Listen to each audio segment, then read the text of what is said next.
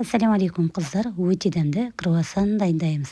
Ең алдымен жылы сүтке жылы су құйып, ашытқы, секер, тұз салып, жұмыртқаны салып, жақсылап араластырамыз. Енді үстіне ұнымызды біртіндеп сала отырып, қамыр илейміз. Ұнымызды қамырымызға 2-3 бөліп саламыз. Енді осындай жұмсақ қамыр илеп, үстіне құттай сұйық май құйып, тағы да қамырымызды илеп, бетін жауып, жылы жерге көтерілгенше қоямыз. Қамырымыз көтерілгеннен кейін 10 бөлікке бөлеміз. Енді бір-бір бөліктен алып, біртіндеп ұнымызды жайып, аздап қамырымызды жаямыз да, осылай сармайымызды жаға береміз. Бөлме температурасындағы. Осылай бір-бірінің үстіне жапсыра береміз қамырымызды.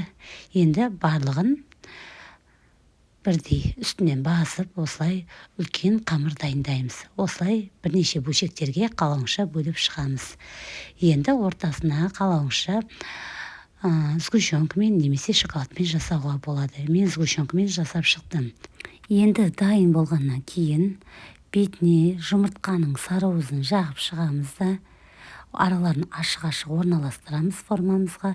180 градуста 30-35 минут шамасында пісіреміз. Осымен